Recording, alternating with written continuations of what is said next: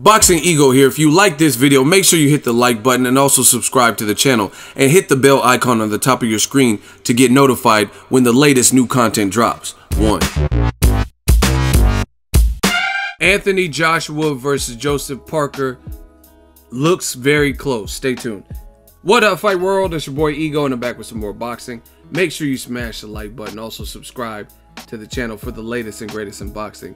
If you want to become part of the gang, notification gang, please hit the bell icon. Shout out to the super chats, channel donations, the Venmo donations, and the Patreon family. We working. Shout out to newshub.co.nz. It's a New Zealand based website, and they have an update with the Joshua Parker fight. And this is the promoter of Joseph Parker with Duco Events. He says, his name is David Higgins. He says, we're really, really close. We've agreed to the ratio. The Anthony Joshua side gave a small concession, and we've agreed that the Parker side will get somewhere between 30 and 35%. The original mandate that they wanted was a 50-50 or 65-35 split, right? He goes on to say, there's still a lot to agree, but we've agreed to the most important thing, which is the ratio. The rest should flow from there, right? And that's good signs for Joshua versus Parker. Link to the article is in the description. I want to give my thoughts. I'm happy. I want to see this fight get closed up. Winner of this fight will have technically 4 belts, but we'll say 3. Because I don't really count the IBO as like a major title, but technically they'll have 4 belts. And I want to see the Deontay Wilder-Luis Ortiz fight get sewed up. That would be great for the heavyweight division. Winners meet. Very simple process. I think it's fair, and I think it'll be a great 2018 if we can get something like that. You know what I mean? Joshua in the unification, and then Wilder in a dangerous fight with Luis Ortiz. Guy who was supposed to fight got canceled. Then if it happens, it'll get rescheduled. Luis Ortiz got cleared to fight, and then, like I said, the winners meet. Now, I gotta touch on this. New media is straight demolishing the game in 2017, and it feels great because Joseph Parker's side, they initially wanted 50-50 split. Whether they were going to get it or not, that's what they wanted, right? And now they've kept negotiating, like I told you guys. And now they're somewhere in between 30 to 35%, right? And this is for Joseph Parker, who is the newest of all champions at heavyweight division, right? So, once again, all this stuff with Wilder and Joshua, people are like, oh, Wilder, he priced himself out. First of all, to me, Wilder has been the champion longer than anyone. That's a fact. That's not just to me. That's a fact. He's been a champion longer than any of these guys, Joshua included, Joseph Parker included. The only other longer standing champion is now retired, Vladimir Klitschko, right? And Tyson Fury don't have a belt, so he's not a champion. I mean, unless you want to count the Ring magazine belt or whatever he has. But I told you, this is part of negotiations. You're going to set your price, and oftentimes you work down from there. But you're not going to say, oh, I'll take 20%. And they say, hey, we're not giving you 20%. Now you have nowhere to go but down. You know what I mean? So a lot of people say, oh, Wilder prices. You don't want the fight for whatever reason. Just be clear. You know what I mean? Because Joseph Parker, he stipulated, him and his team said they want 50-50. And now, look, they're about to sign the fight, it looks like.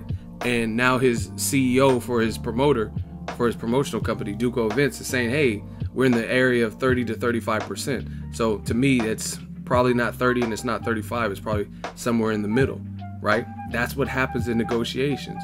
That's why they said the Joshua side gave a small concession. Like, fuck it, just take it. And that's what I said before regarding this Joshua. Sometimes for the big fights, the meaningful fights, maybe you have to concede. Even if you say, oh, these guys haven't sold stadiums and this and that, maybe you have to give them a little bit more to appease them. Like, are we really going to argue over 5 to 8%, knowing Joshua, if he beats Joseph Parker, then he'll be a unified champion and he'll only have one last belt to be undisputed. So, you know what I mean? Sometimes it's worth it for the greater good, for legacy.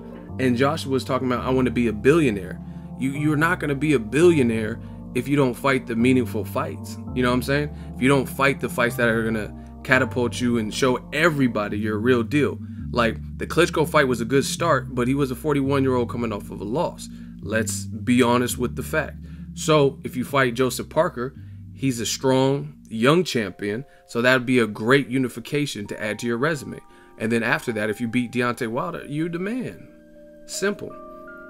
But again, all the people saying Wilder Joshua and Wilder is trying to price himself out, this is business.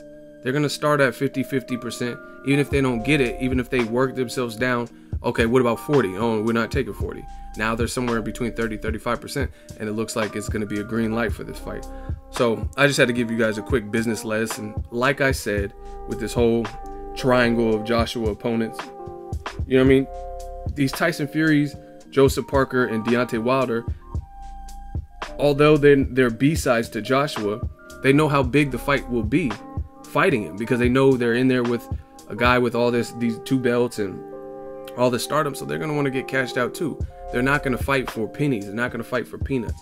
And it is what it is. So either your choices are, maybe you have to give them an extra 5 to 8% that you don't want to give them, that you don't think they're worth, and not make those fights, meaningful fights, the unifications, the fights the fans want to see, or fight Carlos Takams and Kubrat Pulevs, guys with no strap, no belt, so you can just manipulate the numbers and give them whatever you want, and they'll probably take it just for the opportunity. You know what I'm saying?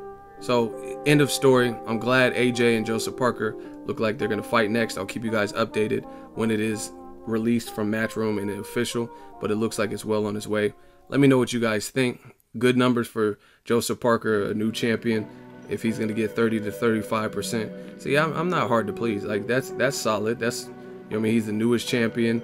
He's going to make more money than he's ever made in this fight. You know what I mean? Especially if they put it in Wales or somewhere and it does 70, 80,000. You know what I mean? So it should be a good look for everyone. Plus, he has the title and he has the chance to unify with a person.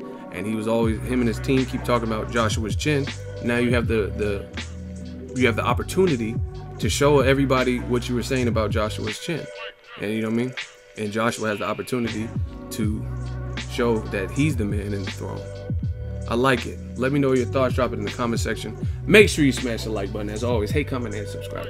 Till next video, it's Ego signing off. So if you enjoyed this video and want more content like this on the channel, you can show your appreciation by going to the PayPal donate button or the YouTube support button. And you can donate any amount that you feel is equivalent to the value of this video. Much more to come. Thank you guys for your support. Boxing Ego, the future of boxing.